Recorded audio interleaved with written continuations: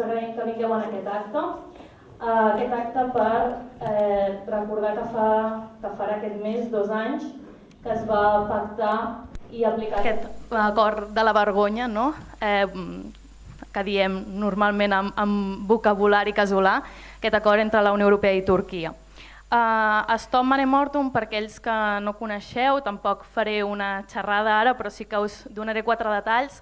Vam néixer el 2015, a l'abril, precisament per denunciar les morts a la Mediterrània. Més de 900 persones morien en un sol naufragi a una nit, i des de llavors diferents persones i també moviments socials i organitzacions ens vam organitzar sota aquest paraigües de Stop Mare Mortum per continuar denunciant aquestes morts i també les vulneracions de drets humans que pateixen les persones al llarg del seu camí fins a Europa. Mobilització i sensibilització, el que fem, però sempre amb una pota a la incidència política, perquè entenem que hem de canviar les polítiques migratòries, les polítiques d'asil, les polítiques d'acollida, que són les que fomenten els moviments de persones i la situació després quan elles arriben aquí. Som també, i ens agrada compartir-ho amb vosaltres, la primera organització que en aquest cas ha denunciat l'estat espanyol i estem en procés amb tots els tràmits judicials per l'incompliment precisament de les quotes d'acollida, i això és fruit d'una tasca del projecte jurídic d'advocats i advocades que estan treballant també diàriament per fer front a aquest seguiment de vulneracions de drets humans. Ens han atorgat aquest dret de poder denunciar malgrat l'Estat volia que no el tinguéssim. Per tant, petites batalles que anem guanyant i que aviam quan veuen la llum. L'acte d'avui, a part vol denunciar i tornar a posar sobre la taula aquest acord, perquè recentment passen moltes notícies i això malauradament continua estant al darrere de les pàgines d'alguns diaris, si és que encara surt alguna notícia sobre això, i nosaltres la nostra tasca és tornar-ho a posar cada dia sobre la taula. Denunciar també aquesta construcció de l'Europa fortalesa, cada cop amb més murs, cada cop amb més tanques, cada cop amb més externalització, ja no més cap a Europa, sinó cap a altres continents, Àfrica i cap avall, cap avall, cap avall. Per tant, tota aquesta construcció de l'Europa de fortalesa, que no només afecta les persones que volen arribar fins aquí, sinó que també ens està engabiant a nosaltres mateixes dins d'aquesta Europa, que cada vegada ens fa més por. Com dèiem, el 2016, un 18 de març, després l'aplicació un 20 de març, es va fer aquest acord, un acord que recordem també quan milers de persones van veure les seves vides bloquejades, ja no les que havien de sortir dels seus països, sinó aquelles que ja es trobaven o en ple mar o fins i tot a territori europeu, com era Grècia, les illes, o fins i tot Edomeni, aquelles imatges de fronteres tancades, de gent i famílies bloquejades, i també imatges de resistència i de moltes protestes per part d'aquestes persones per exigir els seus drets. Fa 2 anys, i volem recordar-ho, i farem 2 xerrades petites d'uns 30 minuts per abordar diferents aspectes d'aquest relat. La primera és la construcció de fronteres internes i externes d'Europa i és a càrrec de la Blanca Garcés, que la tinc al meu costat. Ella és investigadora de l'àrea de migracions del CIDOB, doctora en Ciències Polítiques per la Universitat d'Amsterdam i llicenciada en Història i Antropologia per la Universitat de Barcelona. Fa 15 anys que treballa sobre això, sobre polítiques migratòries, i des del 2015 la seva recerca se centra especialment en les polítiques i els discursos sobre les persones refugiades a Europa. Parlarà precisament d'aquest acord, de la vergonya, d'aquest 2016 que tots recordarem. Ens parlarà en què consisteix i què va provocar l'aplicació en el seu moment i on ens trobem avui en dia respecte a això. Recordem també que venim d'un repartiment de quotes d'acollida, de reassentament i de reubicació incomplertes per complet pels estats europeus, i també una d'aquelles conseqüències era de tot el que va portar era aquest acord, entre d'altres. Per tant, Blanca, ja no ens enrotllem més, la deixem que primer parli ella, després vindran uns companys a parlar-nos de la tecnologia que ens ajuda a construir aquesta Europa fortalesa. En primer lloc, moltíssimes gràcies per la invitació, Stop Mare Mortum. És un plaer col·laborar amb vosaltres i espero seguir fent-ho. I a més també estic contenta d'estar o de participar en aquesta xerrada perquè em sembla imprescindible. De fet, fa un any, quan feia un any de l'acord Unió Europea-Turquia, en vam parlar molt, hi havia xerrades diverses en contextos diversos, però aquest any, quan ja en fa 2 anys d'aquell acord, aquest acord, com deia l'Anna de la Vergonya, ja ningú en parla, ja no hi ha xerrades, ja no hi ha actes, ni tan sols hi ha publicacions avaluant amb dades concretes què ha passat en aquest últim any. Per tant, em sembla imprescindible, gràcies per fer-ho des de Stop Mare Mortum. Dit això, m'agradaria tornar a aquell abril del 2015, que va ser justament quan es va crear Stop Mare Mortum i ens vam reunir protestant en una manifestació davant de la Comissió Europea. Com ha dit l'Anna, en aquell abril del 2015 van morir en pocs dies moltes persones ofegades al mar. Ella parlava d'una nit en concret, però de fet en pocs dies van morir 1.500 persones ofegades al Mediterrani. Aleshores, Jean-Claude Juncker, que és el president de la Comissió Europea, va afirmar que Europa no podia continuar així, que s'havia de fer alguna cosa i que Europa no podia seguir deixant morir a les persones al mar. Això va ser a l'abril-maig del 2015. A l'agost d'aquell mateix any, per tant un parell de mesos després, Angela Merkel afirmava... Ara ha canviat, ara potser se'm sent millor.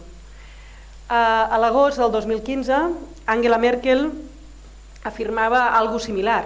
Va dir que els rebríem, que Europa i Alemanya havia de rebre a tots aquells que fugien dels seus països d'origen i va dir aquell Yes We Can, sí, podem rebre'ls, que era el Yes We Can europeu, diguem, la versió d'Obama en el context europeu.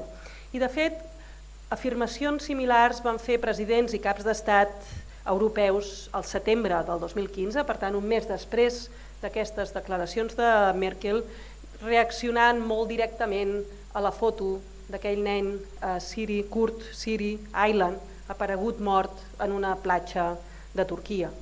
Aquell setembre del 2015, cito en concret a Rajoy, donada la proximitat, Rajoy deia que Europa no podia renunciar de cap de les maneres a donar asil a aquelles persones que hi tenien dret.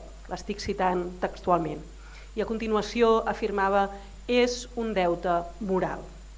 Tot això passava el 2015, abril, 1.500 persones ofegades al Mediterrani en molt pocs dies, Jean-Claude Juncker dient que Europa havia d'acollir-les, agost, Merkel dient que sí, podíem rebre-les, i aquell setembre la major part de caps d'estat i de govern ha afirmat que sí, que Europa ho havia de fer, que era un deute moral, i és en aquest context que es van acordar les quotes de reubicació de les que parlava l'Anna fa un moment. Què ha passat? On som quasi 3 anys després? Quasi 3 anys després d'aquestes afirmacions. Doncs quasi 20.000 persones han mort ofegades des d'aleshores al mar, al Mediterrani. De fet, aquestes són les que comptabilitzem. Moltes d'altres han mort sense ser comptabilitzades. Per tant, en tant que no comptabilitzades, no existeixen. Entre ells, molts altres islands, nens, nenes, persones de tot tipus, han mort des d'aleshores en el Mediterrani i, per altra banda, moltes més, moltíssimes més, han mort pel camí. De fet, sabem que la majoria no moren al Mediterrani, moltes més del doble, moren en el camí cap al Mediterrani, en concret creuant el Sàhara. Aquestes morts ens importen menys, perquè passen més lluny i són menys visibles per nosaltres, no passen davant de casa i per tant no ens molesten tant, no en sabem tant i no ens preocupen tant. En aquest context, què s'ha fet? Després d'aquelles declaracions de sí, els hem de rebre, és un deute moral, què s'ha fet des d'Europa? Doncs bàsicament el que s'ha fet és consolidar, reforçar l'Europa fortalesa, els murs d'aquesta Europa que, com molt bé deia l'Anna, s'està tancant cap a fora i cap endins, i de fet s'han construït o s'han consolidat 4 tipus de murs. Els primers murs són aquells que s'han construït més enllà de la frontera geogràfica, en els països veïns, en els països d'origen i en els països de trànsit.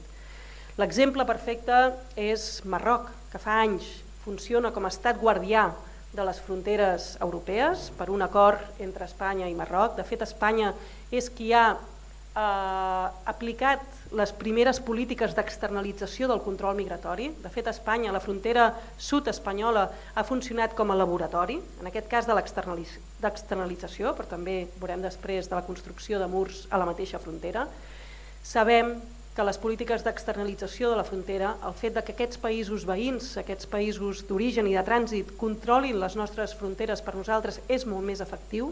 És molt més efectiu perquè és més efectiu evitar que surtin que evitar que arribin, i també és molt més efectiu perquè aquests estats són molt més impunes al control judicial, molt més impunes al control de la ciutadania i per tant molt més capaços d'exercir el control migratori.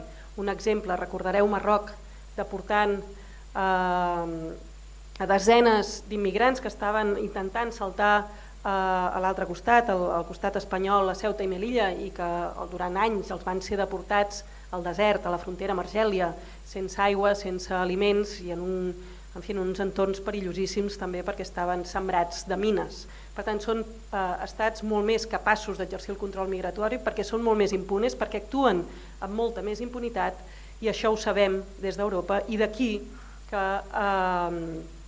que part de les polítiques vagin justament orientades a aquesta externalització del control migratori. Aquest és el primer mur, el mur que es troben en aquests països d'origen, de trànsit.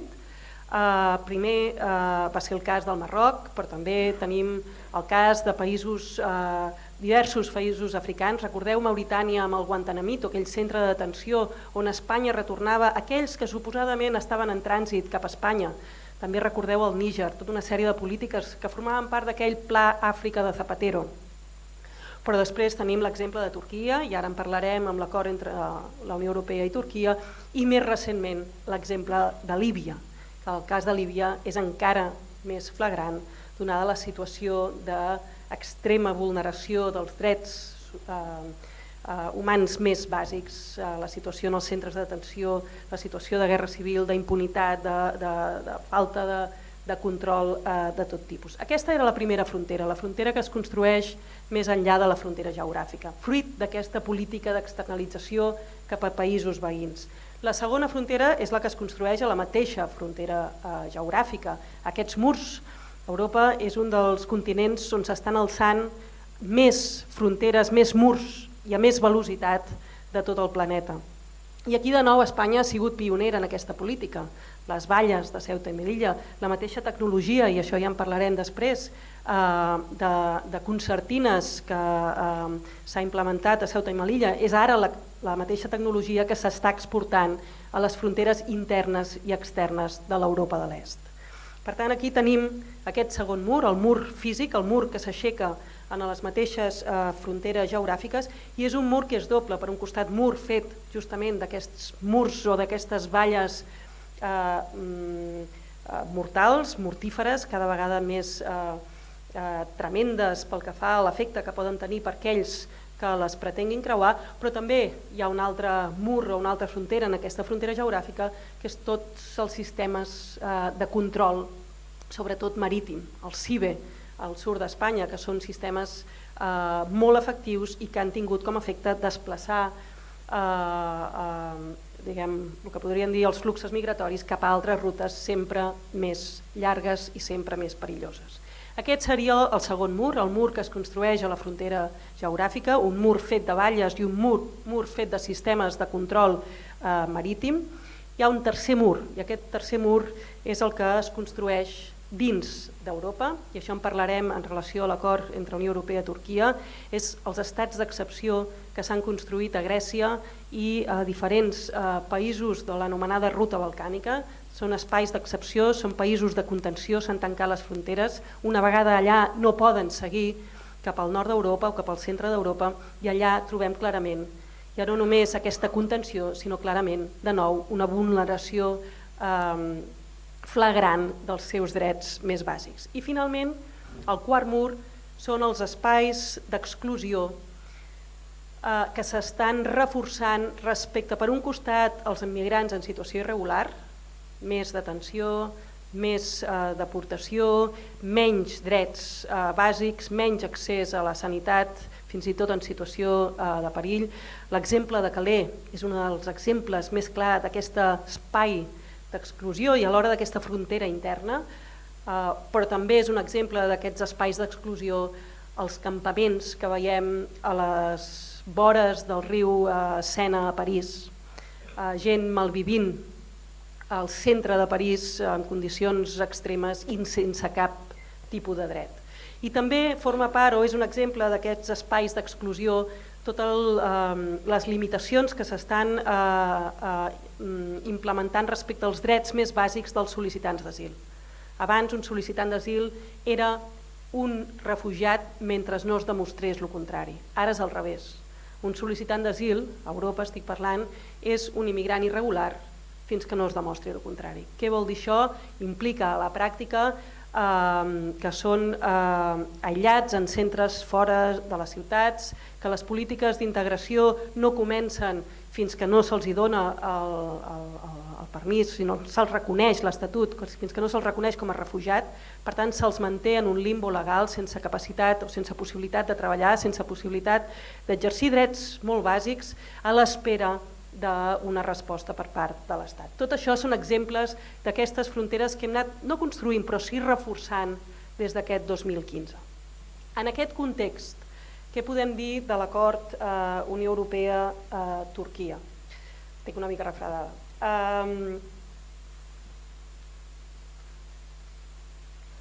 Bé, com sabeu i com l'Anna també ha explicat molt bé, aquest acord es va signar el 18 de març del 2016. És un acord que es va firmar entre, suposadament, la Unió Europea i Turquia per reduir les arribades irregulars a les illes gregues. Els juristes especialitzats, no és el meu cas, els juristes especialitzats en aquests temes diuen que més que un acord va ser una nota de premsa. No arriba ni a la categoria d'acord. I a més el Tribunal de Justícia de Luxemburg, ara fa una mica més d'un any, va dir que de fet no era un acord sinó un pacte informal, no entre el Consell Europeu i Turquia, sinó entre els estats membres i Turquia.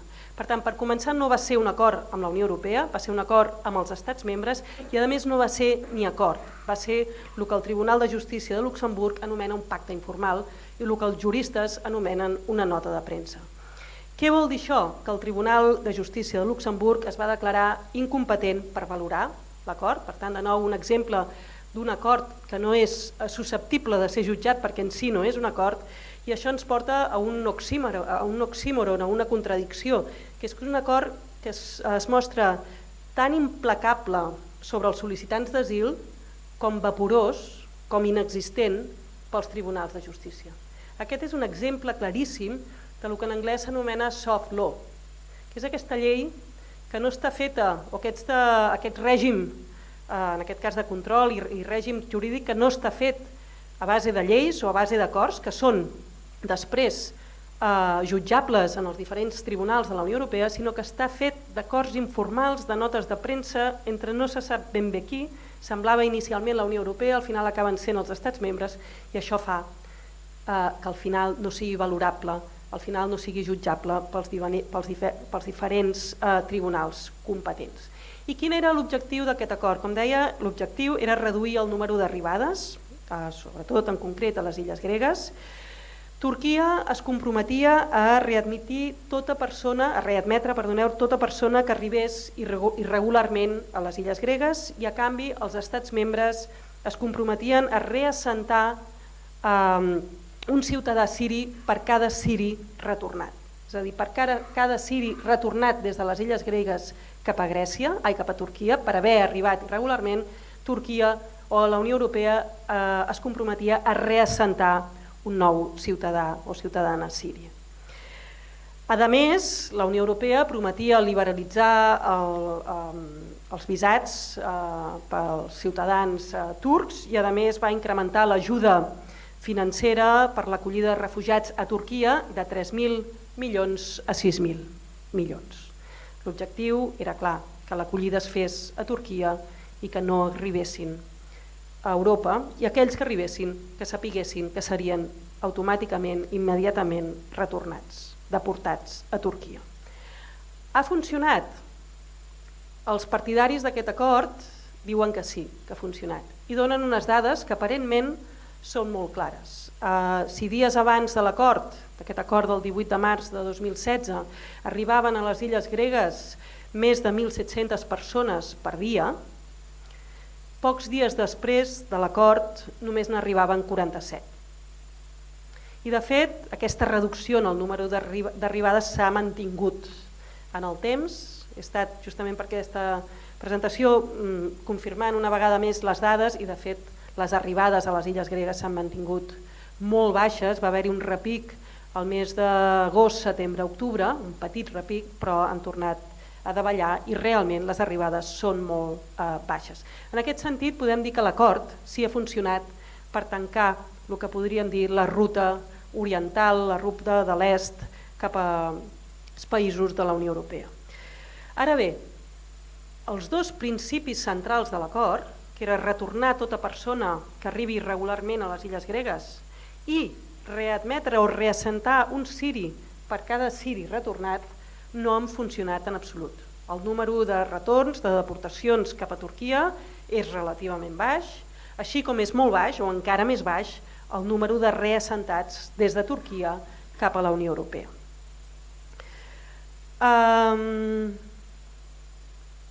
Ha funcionat Turquia com a estat, el que s'anomena estat TAP, és a dir, ha fet la mateixa funció que ha fet Marroc amb Espanya, és a dir, ha realment aturat els fluxos migratoris de manera que no arribessin a Grècia.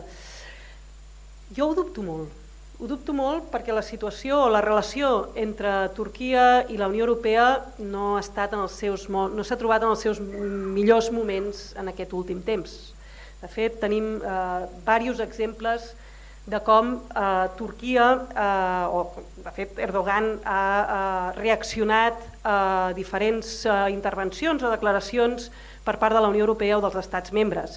Recordem, per exemple, després de l'intent de cop d'estat contra Erdogan. Erdogan es va sentir especialment amenaçat per les declaracions dels estats membres. Després, recordeu també la prohibició d'actes a favor del referèndum d'Erdogan. En fi, són situacions, les relacions diplomàtiques entre un i altre, entre Turquia, entre Erdogan i la Unió Europea, han sigut realment molt complicades. Per tant, penso, no ho puc demostrar, però penso que realment Erdogan no ha complert aquesta funció de guardià de les fronteres europees, però, com deia abans, els números realment parlen per si sols. Per tant, què ha passat? Jo el que argumentaria o el que argumento, sense tampoc poder-ho provar, és que el número d'arribades no es pot entendre o no s'entén o no s'explica pel que ha passat a Turquia, sinó pel que ha passat dins de les fronteres europees. I què ha passat? Doncs que hem creat aquest estat-tap, aquests espais d'excepció que hem creat fora de les fronteres europees, aquesta vegada també dins de les fronteres europees. I ho hem fet de dues maneres. En primer lloc, s'han anat tancant les fronteres de l'anomenada ruta dels Balcans, i això l'Anna també ho explicava molt bé.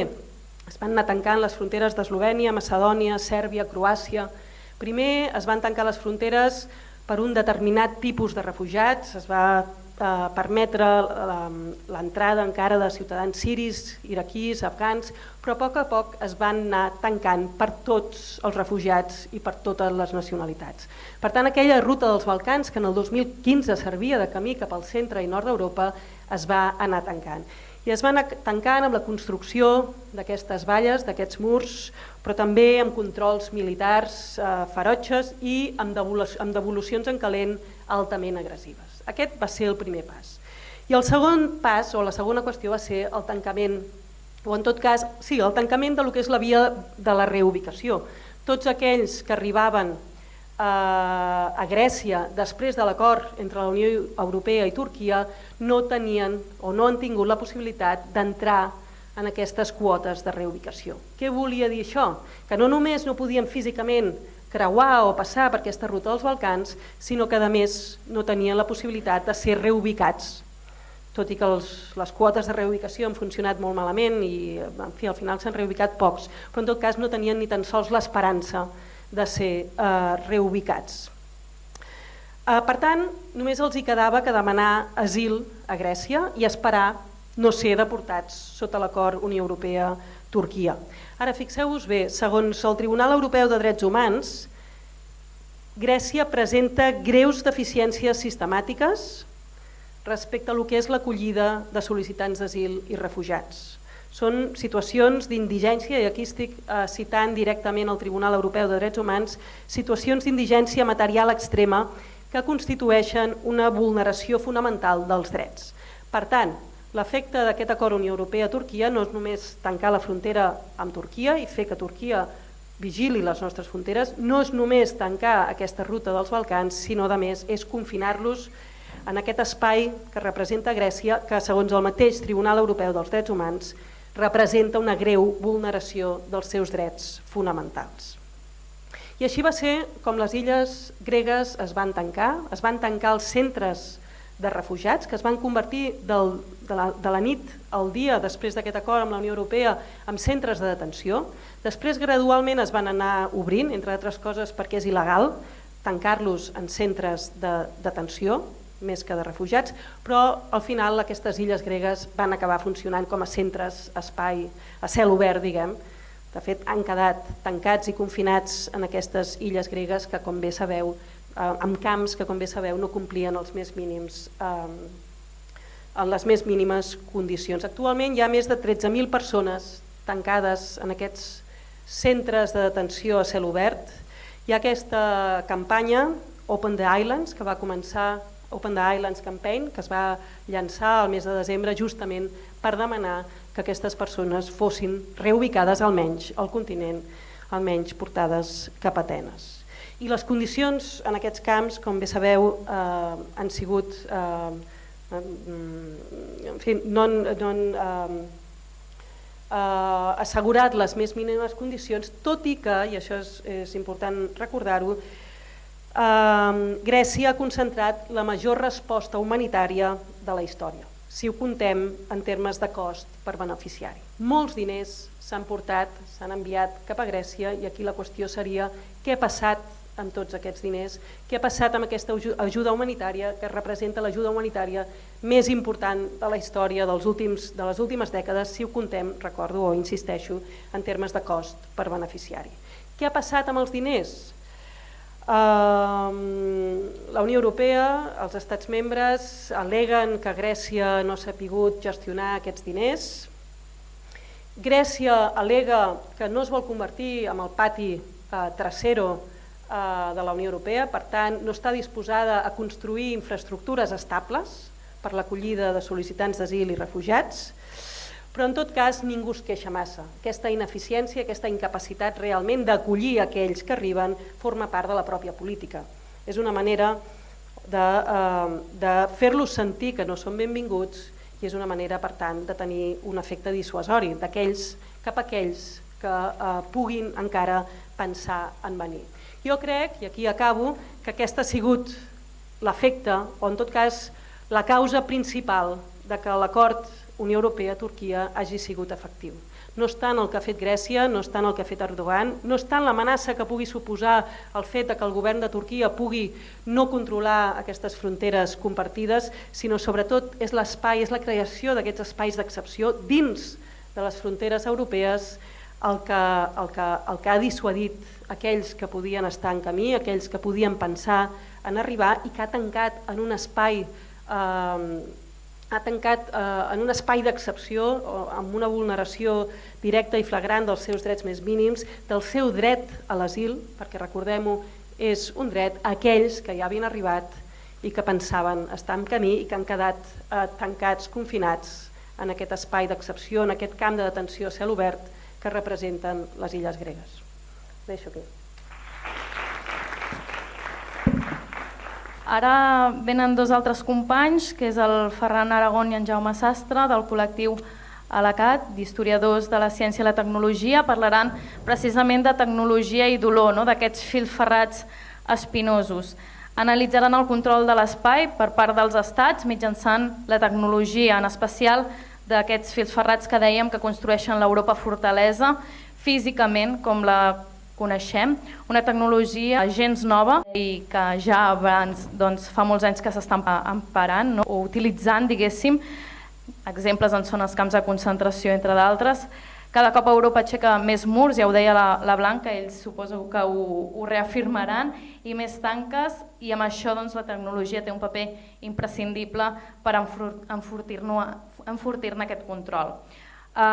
Ferran Aragón és biòleg i sastre, Jaume Sastre és filòsof, tots dos experts en història de la ciència. Jaume treballa especialment en la tecnologia aplicada als museus, en la interactivitat, i en Ferran està especialitzat en ciència i ideologia, sobretot en la construcció de la identitat a partir de la tecnologia, i és també company de Stop Mare Mortum. Us deixo ja amb aquesta xerrada i us recordo que abans no ho he dit, que ho estem, si sou tuiters, diguéssim, aquesta xerrada té l'etiqueta 2 anys UE Turquia. Gràcies, Anna. Pot ser que m'escolteu sense micròfon o... Sí? Els de darrere també? No, la càmera no. Val.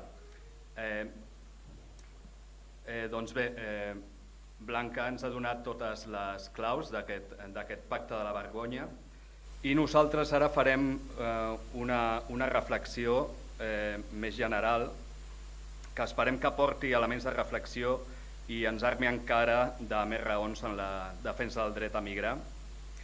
I el que volem aportar és pensar en clau històrica què implica el desplegament a les fronteres europees d'un objecte tecnològic que és fonamental per a la construcció d'aquesta Europa fortalesa i que és el filferro espinós, ja sigui en la seva forma tradicional o en forma de concertina o filferro de ganivetes, que se'n diu en català. Abans d'entrar en matèria, deixeu que ens presenti, perquè així serà més fàcil entendre la proposta que us portem. l'ACAT és un petit grup d'historiadors de la ciència i la tecnologia que el que volem fer és usar la nostra disciplina com a eina de crítica social i en diàlegs amb i des dels moviments socials de base, reivindicant el compromís polític en un món acadèmic que nosaltres entenem que cada cop està una mica més tancat en si mateix. La retòrica hegemònica sol presentar la ciència i la tecnologia com a fets ideològicament i políticament neutrals, però nosaltres considerem que en realitat les relacions de poder marquen profundament quin coneixement produïm i de quins artefactes ens envoltem. Nosaltres ens hem batejat a l'ACAT, que és un nom que ve de l'àrab i és l'origen etimològic de la paraula castellana alicates, perquè unes tenalles són una tecnologia popular, una tecnologia antiga, comú i que serveix per tallar el filferro. Volem també deixar clar que no som experts en migracions ni en tecnologies de control del moviment de persones, sinó que el que us aportem aquí són el posar en diàleg les nostres perspectives polítiques, les nostres experiències directes i els nostres coneixements en història de la tecnologia, especialment basant-nos en la feina de 3 autors, David Edgerton, que ha treballat sobre el paper de les tecnologies antigues, i Rebel Nets i Oliver Rezac, que han escrit històries sobre el filferro espinós. Ara anem a pensar en la tecnologia que embolcalla l'Europa fortalesa i començarem mostrant aquesta imatge. En ella podeu veure un home passant un nadó a través d'una tanca de filferro de ganivetes. Això és la frontera serbo-hongaresa a l'any 2016. I aquesta fotografia és només un dels nombrosos exemples en què el filferro de ganivetes apareix com un símbol iconogràfic de l'opressió en general i de la violència cap a les migrants que s'executa a les fronteres europees. Si llancéssim a l'aire la pregunta què es veu quan es mira la frontera des del sud, en efecte podríem dir que en molts casos la resposta és concertina, filferro de ganivetes. Tenint això present, ara us passarem un vídeo, són 3 minuts. La primera part és un vídeo promocional de la Guàrdia Civil, d'una operació de vigilància de la Guàrdia Civil, i la segona part de Frontex, i després en parlem.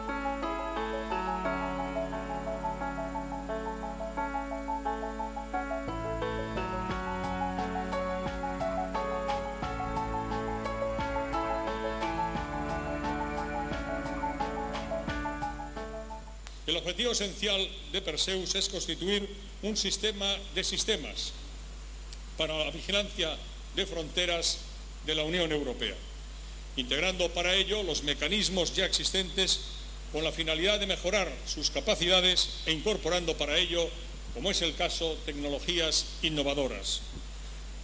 Gracias a las nuevas tecnologías contribuiremos a incrementar la eficacia y la rentabilidad operativa.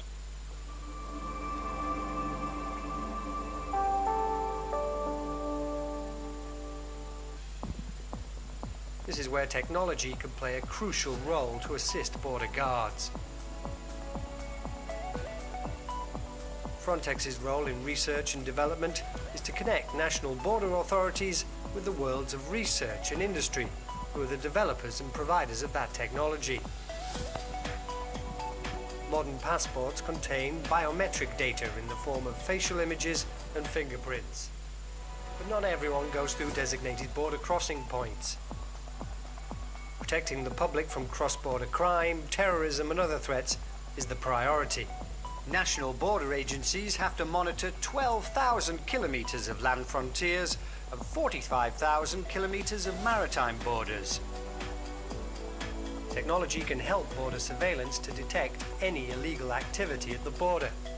One technology with the potential to help maritime surveillance is unmanned aircraft. Pilots must take breaks. An unmanned or remotely piloted aircraft can stay airborne for over 24 hours. They could provide much greater surveillance capacity for search and rescue operations, and rapid response is needed to save lives. This is just one example of the many areas in which technology can help improve the management of Europe's borders. Frontex helps connect member states to the world of science and technology to ensure that Europe's borders remain open and secure, no matter how busy they become.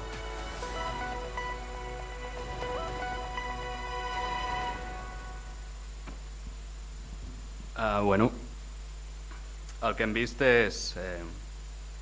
A mi el que més m'ha cridat l'atenció dels vídeos és la musiqueta que fan servir. El primer així com de chill out, és a dir, t'estan ensenyant totes les empreses que venen armament i música de chill out, i la de Frontex pues, com molt dinàmica, no? Perquè és pues, tot molt high-tech. No?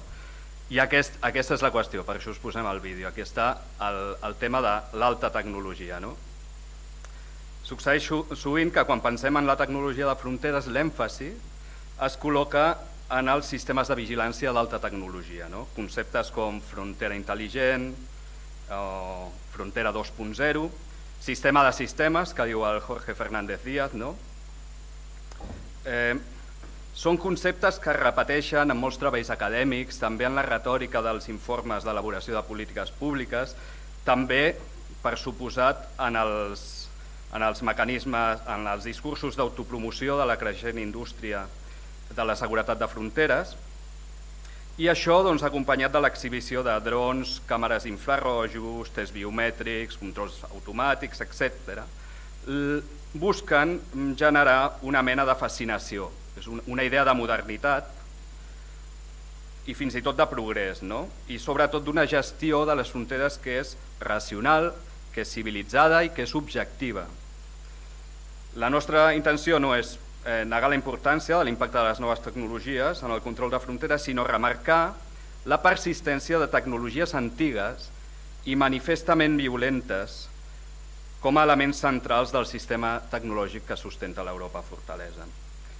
Pensem que aquest èmfasi en l'aspecte high-tech per part de certs sectors no és gens casual, sinó que serveix per desviar l'atenció d'un fet fonamental. I és que al final de tota aquesta cadena tecnològica hi ha una peça de metall que talla la pell, que fereix a la gent i que sense aquesta acció violenta o l'amenaça que suposa, perpetrada per una tecnologia antiga, el sistema no podria funcionar. De manera que pensem que les narratives de fronteres high-tech, de Frontex o del Ministeri d'Interior mereixen un contrapunt que podem trobar fent una ullada a quins són els autèntics paisatges materials de l'Europa fortalesa. i en aquest cas concret analitzant en termes històrics l'actual implementació del filferro de ganivetes a les fronteres europees. I com ha comentat Blanca, per començar a explicar aquesta història ens n'hem d'anar a la frontera sud espanyola. Perquè és en els enclaus colonials espanyols de Ceuta i Melilla on apareix per primera vegada l'ús de la concertina de manera massiva. En els 90, en principi, només n'hi havia unes tanques de filferro normal de 2,5 metres d'alçada a Ceuta, a Melilla ni tan sols n'hi havia valla, i a finals dels 90 s'instal·len tanques de 3 metres amb filferro espinós, encara no concertina, tant a Ceuta com a Melilla. Però l'any que seria decisiu en la securitització de les tanques a Ceuta i Melilla seria el 2005. I el 2005 tenim una sèrie de fets molt rellevants que ens poden donar com a mínim una de les claus per les quals això succeeix. El 2005 és quan el govern d'Espanya, amb un PSOE que havia arribat feia uns mesos al poder, enceta una nova política de control migratori, el que hem acabat entenent com a externalització de fronteres.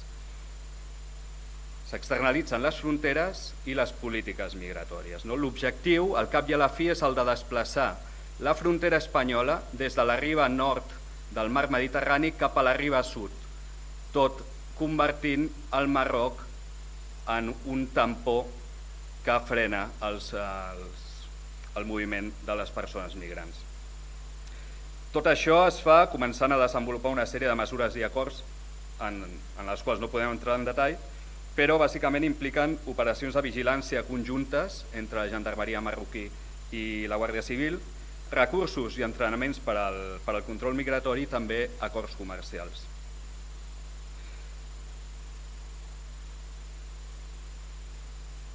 I és en aquest context en el que el filferro de ganivetes apareix per primera vegada a la frontera sud. Tanmateix, i és important recalcar-ho, la implementació de la concertina també va tenir quelcom d'improvisat, d'accidental. Com a mínim no corresponia a una acció planificada. És entre juny i octubre de 2005 que es produeixen els primers intents qualificats de massius en els mitjans de comunicació de saltar la tanca de Melilla, i durant aquests intents 9 persones moren, algunes esclafades i d'altres per arma de foc de la gendarmeria marroquí. Ja genera una forta polèmica a nivell internacional.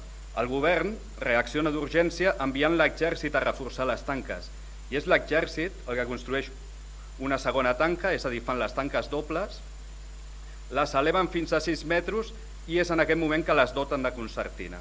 No només el perímetre de la valla, sinó que l'espai entre les dues valles també l'omplen, una idea estúpida, l'omplen de concertina, de manera que quan la gent cau a dins cau directament a sobre d'ella. L'efecte d'això fou que les persones que intentaven creuar la tanca a partir d'aquell moment patien greus ferides, greus laceracions, i fins i tot, segons un informe oficial del 20 d'octubre del 2005, 2 persones van morir degut a xocs hemorràgics causats per múltiples ferides. La contestació social que aquest fet generà feu que el govern socialista, 2 anys després, en el 2007, anunciés que retirava les concertines de Ceuta i de Melilla. Ho anunciaven i de fet es van congratular, es van com penjar la medalla d'estar fent un acte humanitari quan era el seu propi govern el que les havia col·locat, però és que a més no les van retirar del tot. El que passa que l'atenció mediàtica va virar cap a una altra banda i les concertines de fet es van quedar instal·lades, van continuar instal·lades en bona part del perímetre fronterer. En quant al caràcter accidental d'aquesta aparició de la concertina a la frontera sud, s'acostuma a presentar l'ús del filferro espinós com una resposta a una situació excepcional d'emergència o de crisi. Això és perquè és un dispositiu rentable, és flexible i es pot instal·lar i desinstal·lar ràpidament. En el cas espanyol, quan el defensor del poble va interpel·lar la delegació del govern de Melilla sobre el desplegament de concertines, aquest es va desmarcar dient que s'havia tractat d'una iniciativa unilateral de l'exèrcit. És a dir, La concertina apareix perquè durant una situació considerada d'emergència es demana a l'exèrcit que asseguri un perímetre.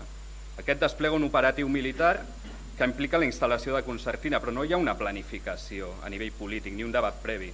Es tracta d'una actuació d'emergència. Però què succeeix un cop aquesta emergència s'acaba? Que la justificació se'n va, però la concertina es queda. La concertina es queda i no només es queda, sinó que s'incorpora en ja una instal·lació molt més permanent que s'anirà fortificant de manera progressiva amb els temps.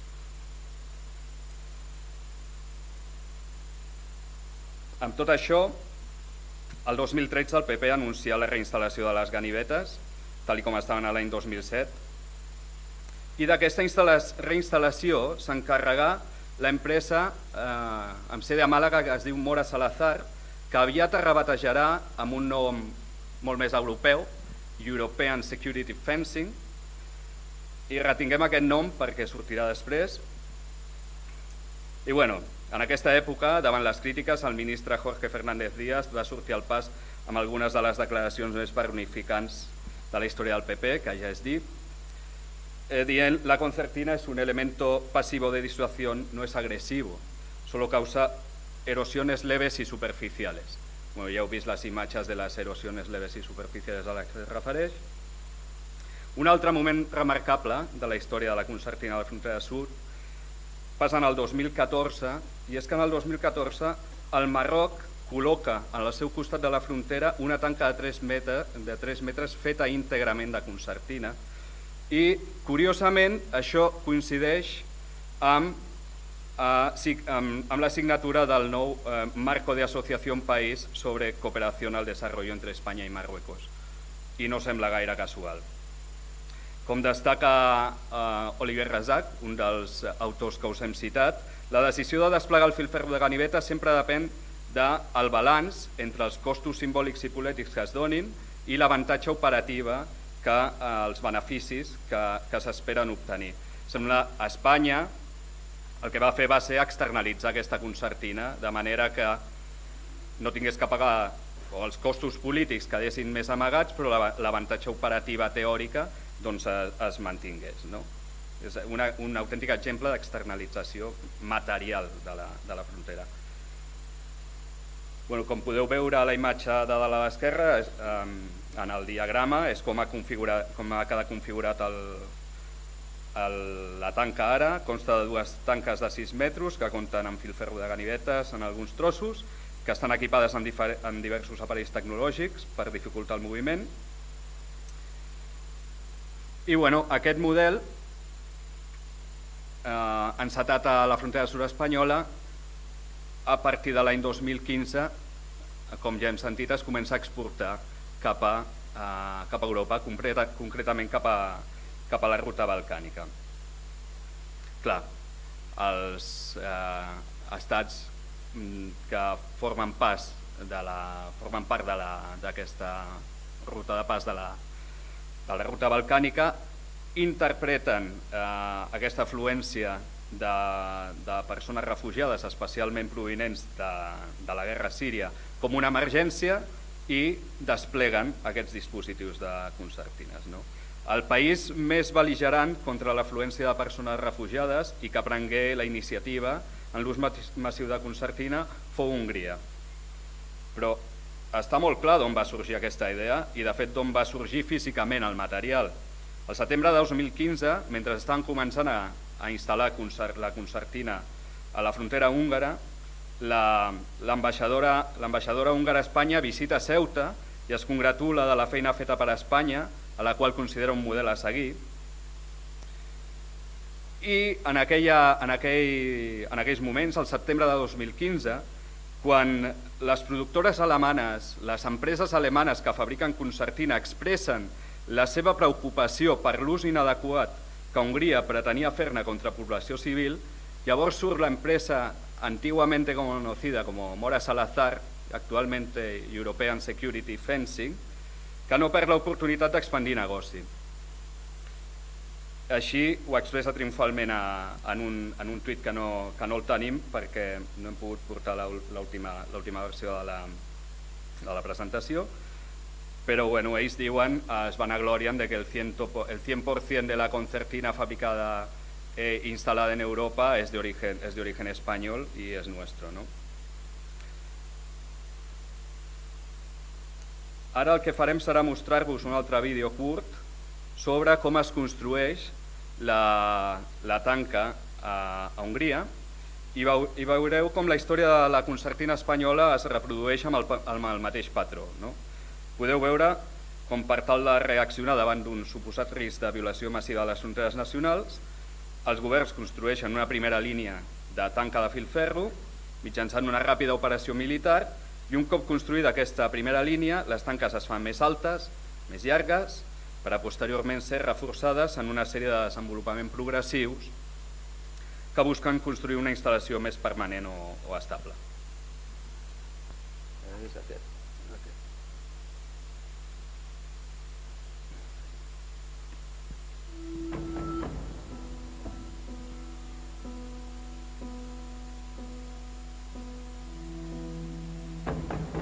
Comença a l'estiu de 2015, veieu una instal·lació que és com molt provisional, bastant simple, simplement desplegar dues línies de concertina. Primer a la frontera entre Hongria i Sèrbia,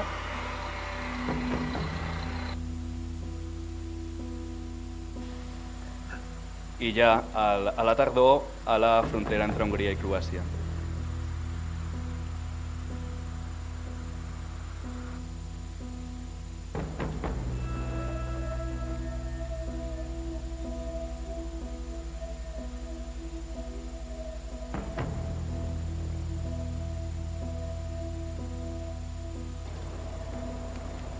El 2016 comença la segona fase, ja podeu veure que la tanca és doble ara i que es comença a adequar el terreny per crear una instal·lació molt més sòlida, molt més estable.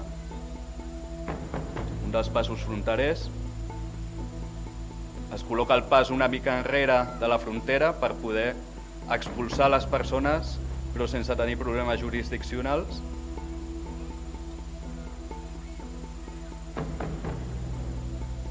I ara ja veiem la valla, la tanca completament consolidada amb sistemes d'electrificació, circuit tancat, de vídeo, una carretera per poder circular tot el perímetre.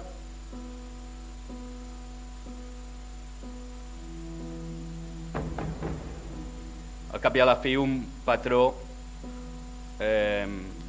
similar al que veiem a la frontera sud espanyola, el model a seguir.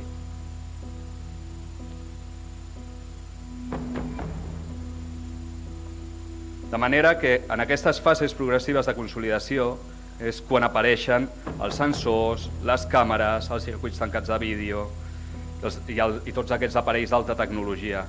Però en el nucli de tot el muntatge, el primer objecte en ser col·locat és una tecnologia antiga, prou barata i flexible i ràpida de col·locar i d'instal·lar, que és la concertina. Continues tu, Jaume.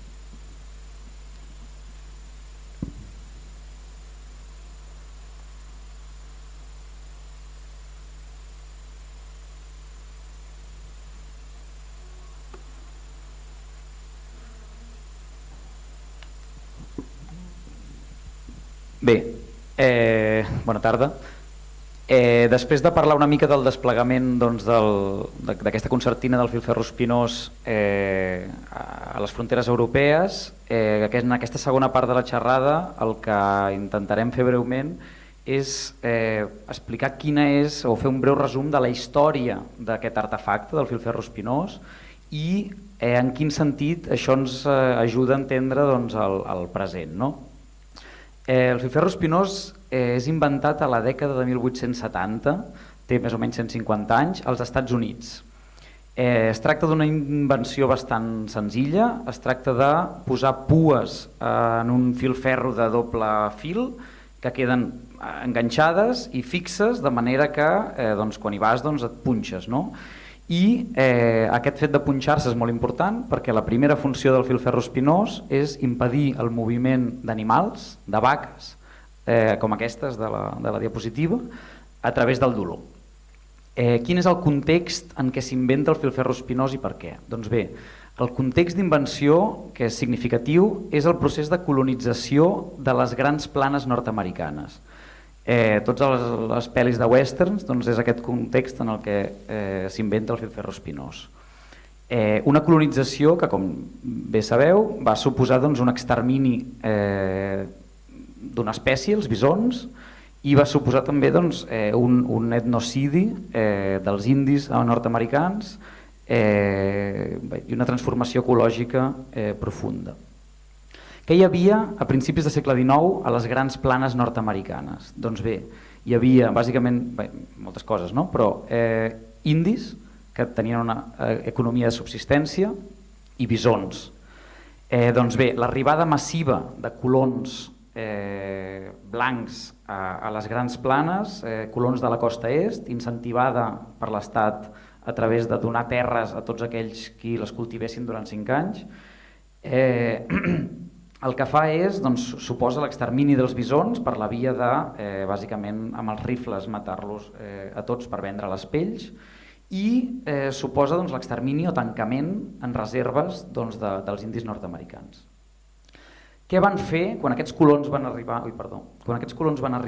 a les grans planes nord-americanes? Què van fer? L'ús de la terra va tenir bàsicament una doble vessant. En primer lloc, agricultura intensiva, és a dir, van cultivar la terra, però també es va donar un ús de ramaderia extensiva en el territori, aquestes vaques o unes altres vaques que substitueixen els bisons com a bovins fonamentals.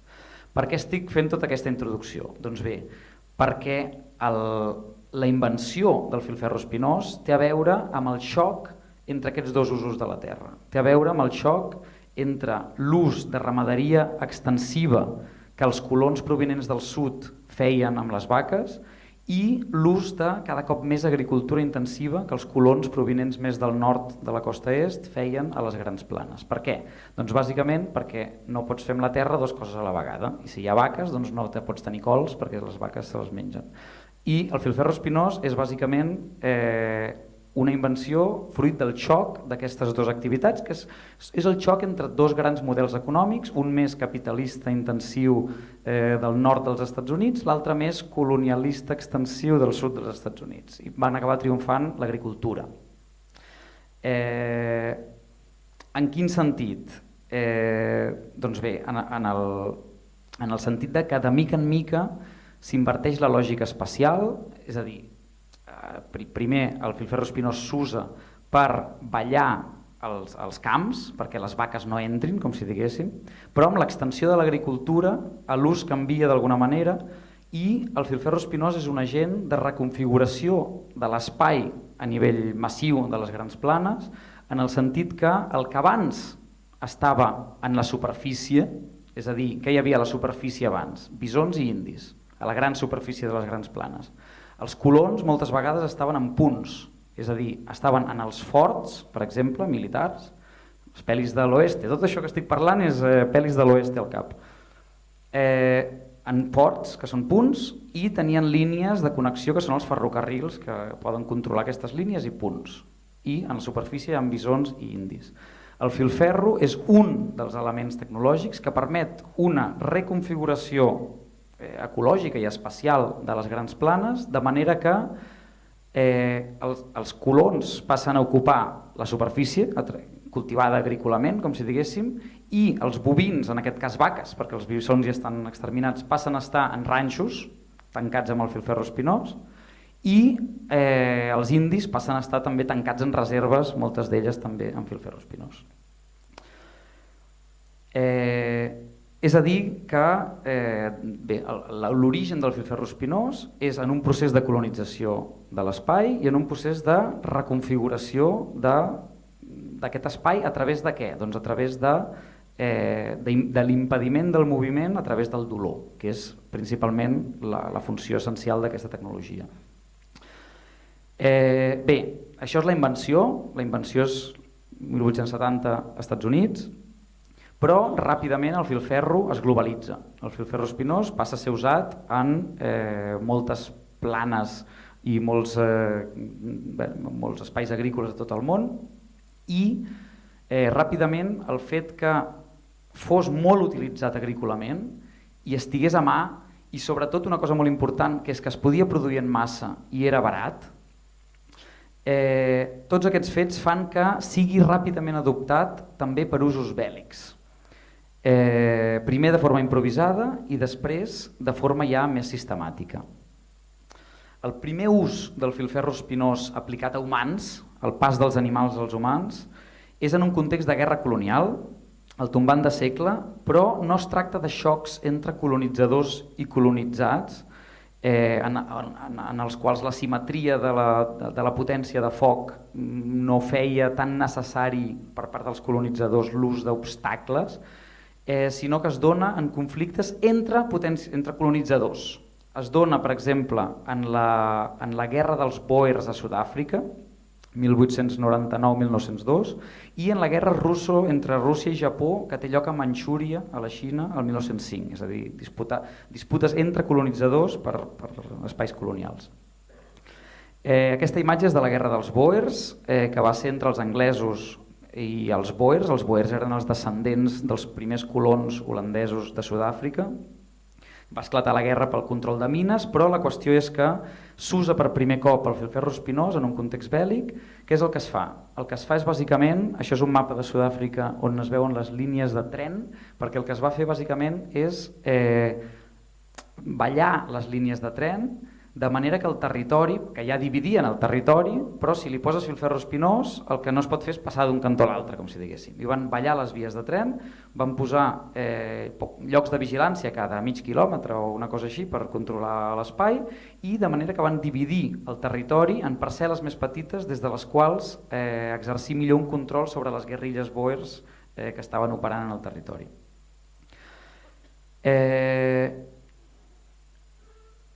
A la guerra russo-japonesa ja tenim encara un altre desenvolupament en relació al filferro espinós. Resumeixo? Ok. Sí, 10 minuts de sobres. A veure, la cosa és que a la guerra russo-japonesa l'ús bèl·lic del filferro espinós, que segurament ve al cap més ràpidament, és l'ús en les trinxeres. Aquesta és una trinxera de la Primera Guerra Mundial, que és quan realment el fenomen, l'estructura tecnològica eclosiona de forma massiva, però les primeres trinxeres són en aquesta guerra russo-japonesa. En qualsevol cas, una trinxera, què és? És bàsicament una línia de filferro espinós que, combinada amb innovacions del període com és la metralladora, fan que l'avenç de l'exèrcit enemic sigui gairebé impossible, que és el que va passar a la Primera Guerra Mundial, en la qual durant 4 anys tenim el front occidental on hi ha una carnisseria, però el front pràcticament no es mou, és a dir, la paradoxa aquesta d'una guerra que cada cop és més entesa com la mobilització total de la societat en relació a la guerra, però la guerra pròpiament dita és molt estàtica, és a dir, el front no es mou. Per què? Perquè el filferro espinós, combinat amb la metralladora, és un obstacle que a través de l'impediment del moviment, a través del dolor, que és la funció del filferro espinós, aconsegueix crear aquesta immobilitat. Bé, només com a un apunt, 2 formes d'intentar trencar el filferro espinós: la guerra química i el tanc, que són innovacions de la Primera Guerra Mundial que tenen a veure amb el filferro espinós i que d'alguna manera són fills del filferro espinós i d'aquesta nova forma de fer la guerra que, entre altres coses, deixa obsoleta la cavalleria i canvia les tàctiques. És a dir, el filferro espinós també reconfigura l'espai del camp de batalla, no només del camp de cultiu i del camp de pastura, sinó també del camp de batalla. Finalment, el tercer gran ús del segle XX del filferro espinós. També és a començaments de segle, quan el filferro espinós comença a ser usat pel control polític, la repressió i la reclusió, el confinament d'éssers humans en escala massiva. Molts tipus: poblacions enemigues, presoners de guerra, presoners polítics, etc. També comença aquest nou ús del filferro espinós en contextos colonials, és una constant del filferro espinós. el dubtós honor d'haver inventat el camp de concentració recau en els anglesos a Sud-àfrica en la guerra dels Bòers i els espanyols a la guerra de Cuba. Durant la Primera Guerra Mundial hi ha camps de presoners de guerra, hi ha camps de població enemiga resident al país, també fets amb filferro espinós. França confina els refugiats de la Guerra Civil Espanyola al 39 en camps rodejats de filferro espinós, com la platja d'Argelers també estava rodejada de filferro espinós. I el clímax, evidentment, són les arquitectures aquestes de filferro espinós, que són els camps de concentració i d'extermini nazis, i el gulag soviètic, que també estava fet amb filferro espinós. Des del desmantellament progressiu del gulag després de la mort de Stalin, el filferro espinós i cada cop més la concertina s'han fet servir en molts altres llocs, per molts altres usos. Trobem filferro espinós en presons, trobem filferro espinós en propietats privades per defensar-les, és a dir, l'ús és molt variat, però la pregunta una mica que ens volem plantejar i que per això hem fet aquest petit recorregut històric és què connecta les vaques de les grans planes del segle XIX nord-americanes amb els interns d'Auschwitz i amb els migrants de Síria o de l'Afganistan o d'on sigui que es troben davant d'una valla de filferro espinós avui en dia. Doncs bé, i aquest és una mica l'objectiu de la reflexió, intentar posar-ho en perspectiva històrica. La resposta és el dolor, és a dir, el fet simple i universal que el ferro talla la carn dels cossos i aquest és el que tenen en comú totes aquestes persones i animals. Segons l'historiador Reviel Netz, que és una mica el qui traça aquesta història, el que ell anomena ecologia de la modernitat es fonamenten en gran part en el control centralitzat i a gran escala de l'espai a través de l'impediment del moviment, a través del dolor, és a dir, a través de la violència del filferro espinós aplicada als cossos dels animals i de les persones. Així doncs, posar el filferro espinós en perspectiva històrica el que fa és portar-nos a la conclusió que hi ha una continuïtat entre la colonització de les grans planes, la indústria càrnica massiva, l'ús de les trinxeres de la Primera Guerra Mundial, la creació dels camps de concentració i l'ús de concertines per aturar els migrants a les fronteres d'Europa avui en dia. Per descomptat són contextos diferents i usos diferents, però el que volem incidir és que d'alguna manera trobem la mateixa lògica espacial de dominació que funciona a través d'impedir el moviment a través del dolor. I precisament això, el fet que les fronteres continuen sent espais on es provoca deliberadament dolor, patiment i mort, és el que pretenen difuminar discursos com els dels vídeos que estàvem veient de Frontex o de la Guàrdia Civil per tal de donar legitimitat a la fortalesa Europa. És a dir, certament hi ha nous mètodes, com deia el Ferran abans, nous mètodes electrònics que són fonamentals, que canvien la situació, que cal estudiar, que cal combatre, però presentar les fronteres tan sols en termes de high technology, de noves tecnologies, etc., el que fa és amagar la naturalesa brutalment i cruament violenta de la gestió de fronteres, que és metall tallant pells. És a dir, si tu a la gent li dius que el que cal és tallar la pell dels migrants que arriben a la frontera, doncs segurament la gent s'escandalitzi.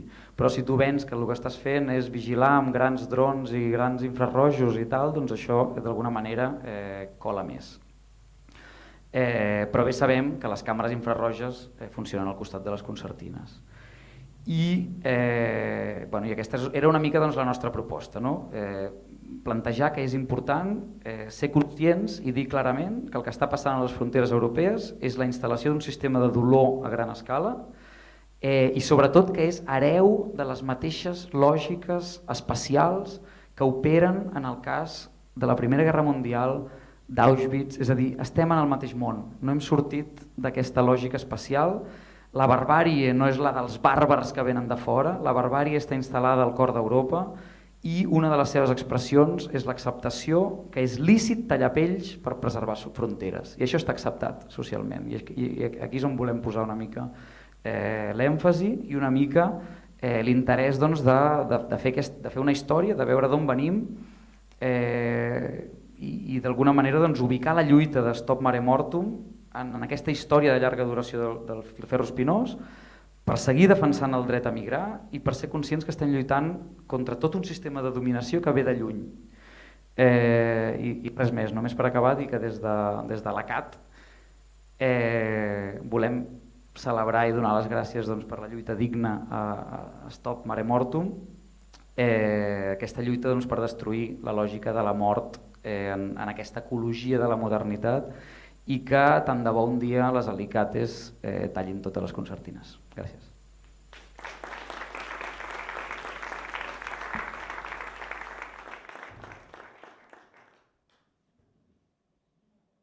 Doncs ara és el vostre torn de fer preguntes.